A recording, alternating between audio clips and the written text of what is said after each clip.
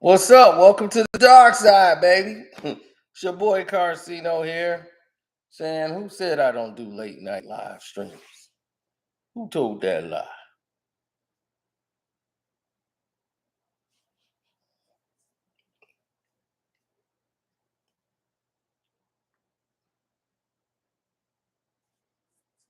Because here we are live and we are streaming.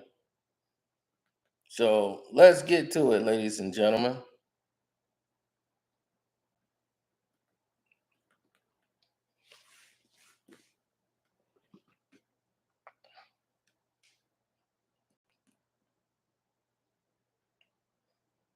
Hit Boy in the game. Now, Hit Boy is the guy they said brought Nas back from the grave. Salah Remy was one of those guys. And don't forget to hit the like button too. The like button is free, coming right through the door.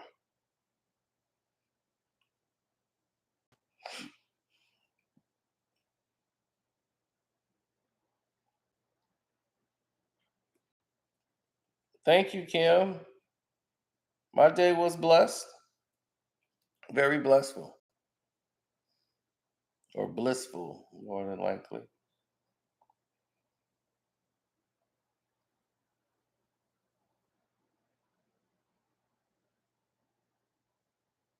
What up, though? Oh yeah. Well, you got to remember, Salah Remy used to be Nas's main track maker for a long time. Salah Remy has had about 10 good years with Nas. Of making songs just for Nas. Then Nas decided to, once all this Nas beats are garbage and he raps on garbage beats and Salah Remy, he just got tired of that and wanted to reinvent himself and said, all right, well, let me find out who's hot and then work with them. Nas did some tracks with Khaled that was a monster. Like I love the tracks that he did with Khaled, but that didn't get picked up. And they ended up going in another direction. Now,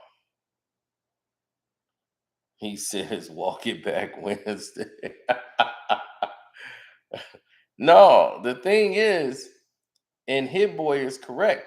I remember when the song first came out, I made the video. I said, Hit Boy didn't produce this.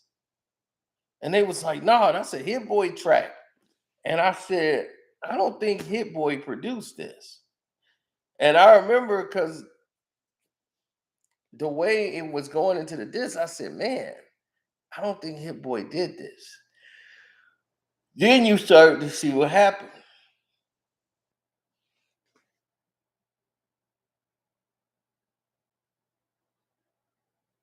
87th and Stony. What's up?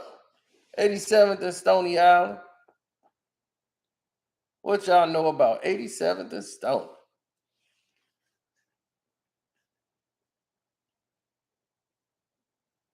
There used to be a Checkers over there on 87th and Stony. That's the one that had the real fine chicks at, boy.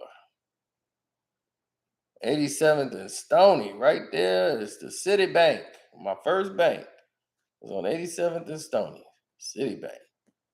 Queen of the Sea used to be across the street for the soul food. The barber shop is right there on 87.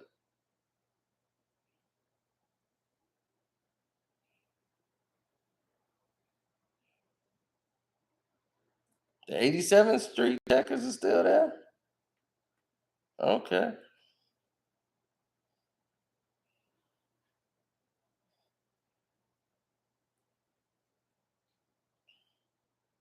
Yeah, the barbershop right there on the corner. They used to film the movie Barbershop. That barbershop there on 87th was in the runnings. That used to be my barbershop. My bank, my barber, right there on 87.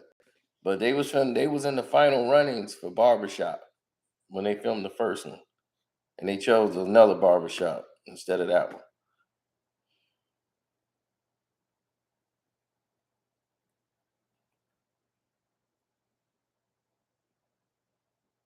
Now, now that we done talking about 87. We nice and distracted. Let's get back. Let's get back to the subject. Everybody else is like, what the hell is 87th and Stony? I don't get it. Did Hit Boy do 87th and Stony? Whatever. So anyway, now Hit Boy's been working with the game. And he's finna try to dig the game out of the grave and bring him back to the fold. Now, when they did the song, the Slim Shady album, rather,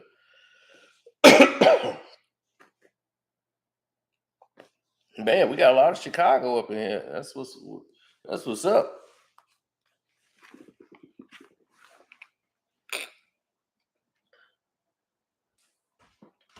Now, anyway, let's get into this. 'Cause people need to hear it.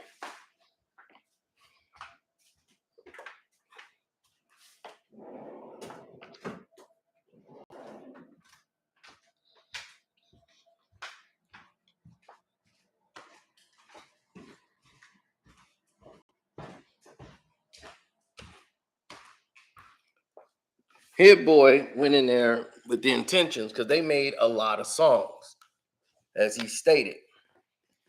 When he was interviewed, he stated they made Game makes about 30 songs. So he said, man, I got a lot of beats. Game just took them. But he said the Black Slim Shady, when he produced and what he produced was supposed to be a tribute to Eminem. And he came out, the other part of the song wasn't produced by Hit Boy. When the beat changed and he starts dissing, that's not a Hit Boy beat. And I said, I'm like, Hit Boy didn't make this. It don't sound like a Hit Boy track at all no more. And Hit Boy explains that. Go ahead. The shit, the Black Slim Shady shit. The first half, let's talk about it. The first half, you paying homage to Slim. Okay. That was the half I did. Oh, okay. So I love my nigga Game. I love Eminem too. Okay. You know what I'm saying? Okay. At the end of the day, bro, the nigga, he started going kind of crazy on the second half. I didn't do the second half. When I gave him the backs of beats, it was in the backs of a gang of other fire shit. Okay. I go back to my session. I'm chopping samples. I'm thinking it for like hours. I go back to his shit. Okay. They got Black Slim Shady over my beat. And then he ended up at the second half where he kind of really went in on the shit. But at the end of the day, my first half, that shit is straight just like, man, honest. And that's the worst. Yep, so that's Rap Sheet Hollywood, I believe, that did that interview. Now, the reason why is because Eminem was going to do some work with Hit Boy in the future.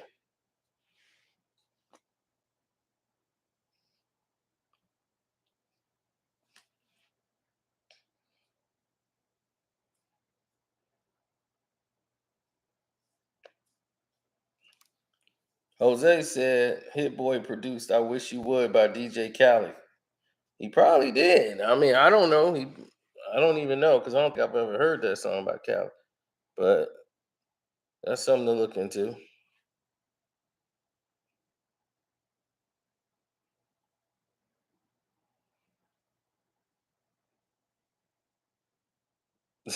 Ain't that something? The dark side, baby. We live it.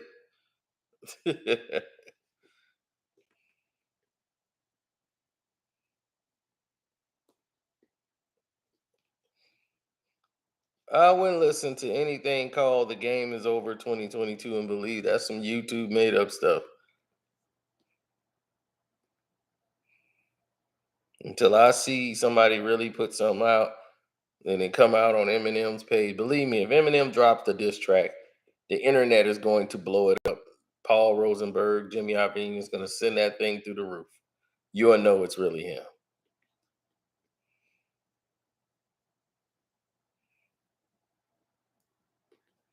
Now,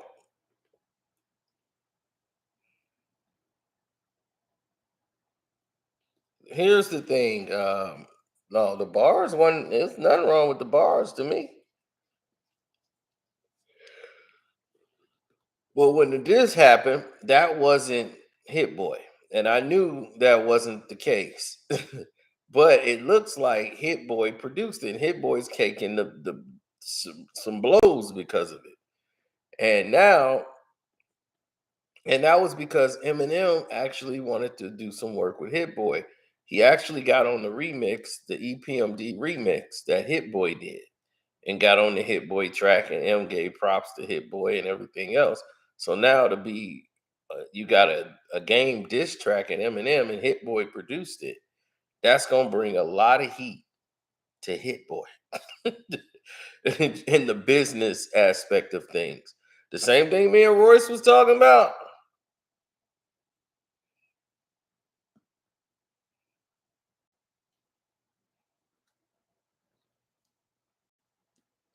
When Royce seemed to be in denial that Jimmy Iovine and Paul Rosenberg, they contacted each other and a phone call was made, and Royce 100% adamantly don't believe that happened.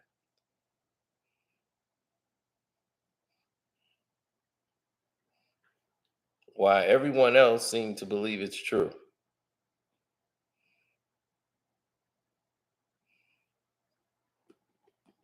Of course, they get mad at beat makers. If you make a beat and you basically in it too. The beat maker, the engineer, everybody's getting it. He was mad at Diddy.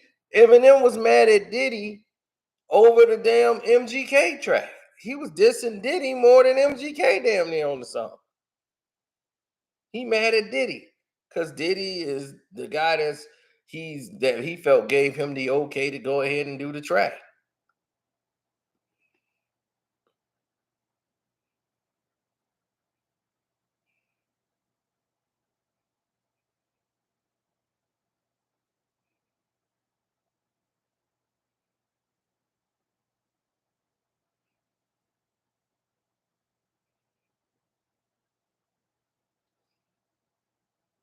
How do I know you in the industry? Oh, Skylar Thomas, you got a lot to learn.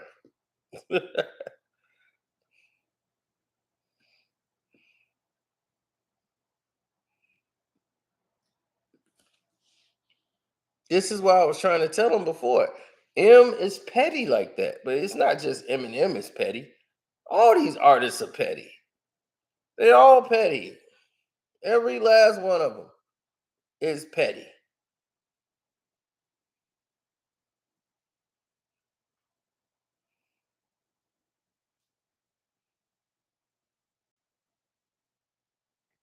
Yeah, Eminem said that you put out the hit that got Pac killed.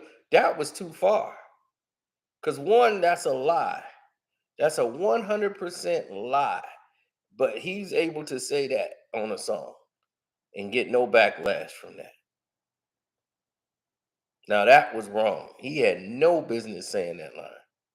He's not authorized to say something like that. You? No. Mm-mm.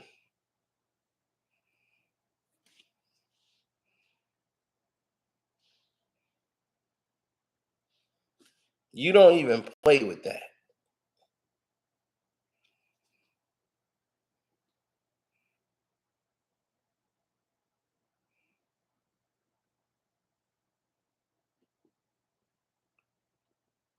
Because what if somebody do something to Diddy? Then what?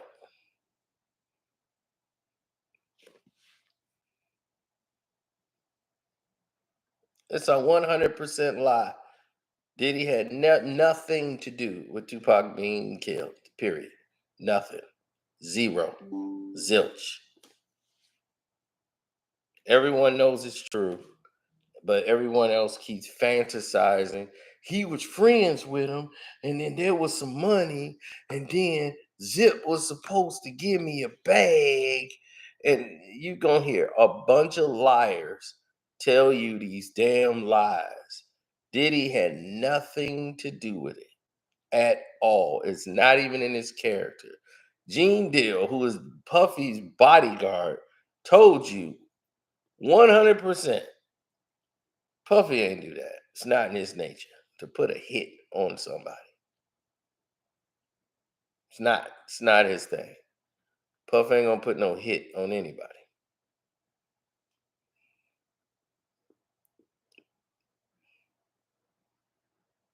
Right. People going off a rat. Let's get a rat who will tell any lie, and he already told like 2 different stories. He keeps changing pieces of his story every time he tell it because they're lies. He gonna keep mixing it up because he gonna keep saying enough just to keep people paying him money and checks.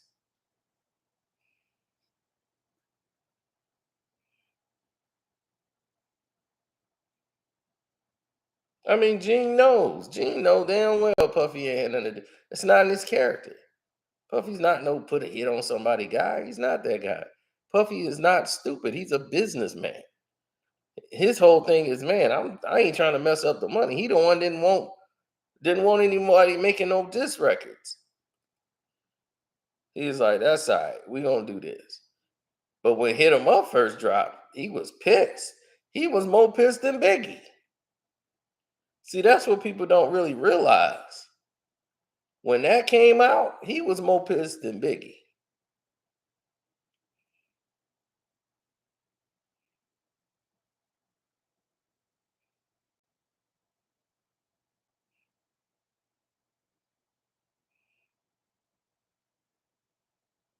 That's why I don't. It's so many fantasy stories going on. I'm gonna explain it all on the Patreon. I think we got time tonight. Y'all want me to do that on the Patreon tonight? And y'all gonna understand why certain things happened the way they did?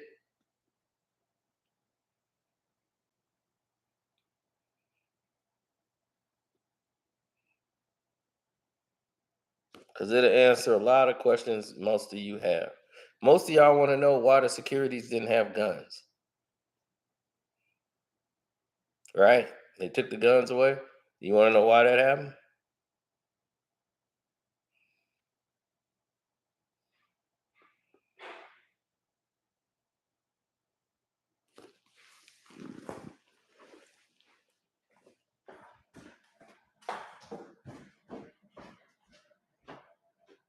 We'll do that on the Patreon.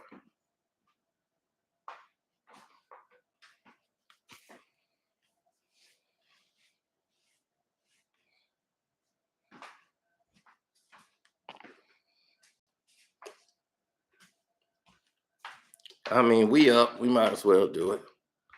Ain't got nothing but time. We'll do that. We'll do it tonight.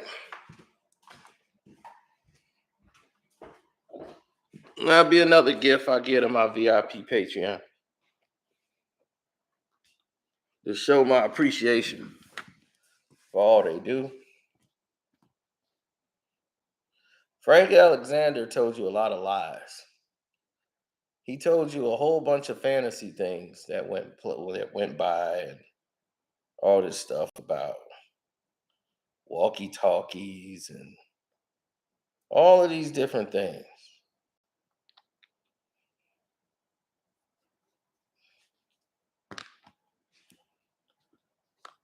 All of this, oh, such and such confiscated a gun and Reggie got it. And then that gun popped up and that was the murder weapon that murdered Tupac. They took it from these Crips and all these for what's his name, Mac. And Mac, it's a bunch of rats. All these people are rats and snakes. And everybody's buying along with the BS. Now,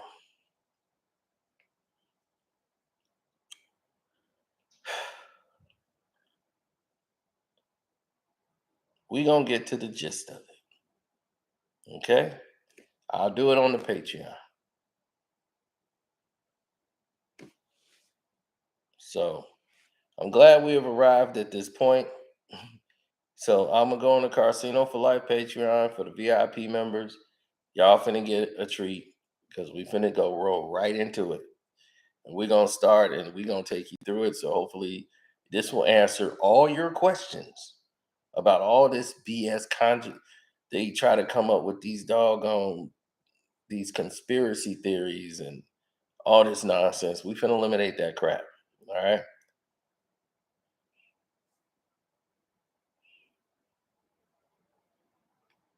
Like the one lady said.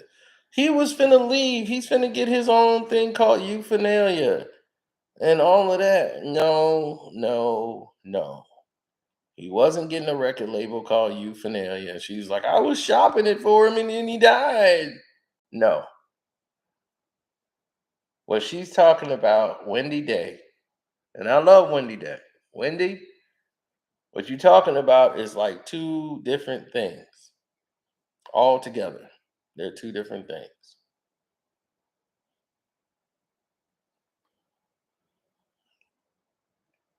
And we're going to get into that. But let's shut this down. Thank everybody for staying in here. But now we finna get into the grease.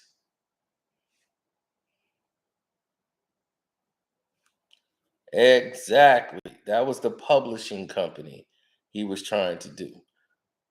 Exactly. His publishing. Euphonia. That's what he wanted, his publishing. He was getting that set up. Then she said he was leaving. Wendy stated that yes, Tupac was trying to leave Death Row Records. Totally two mistaken things that was happening. Wendy was going to help him set up his own publishing deal, but he wasn't leaving Death Row. He had his own thing on Machiavelli Records now. Got his own label where he could do his own thing. Should make sure Pac was happy.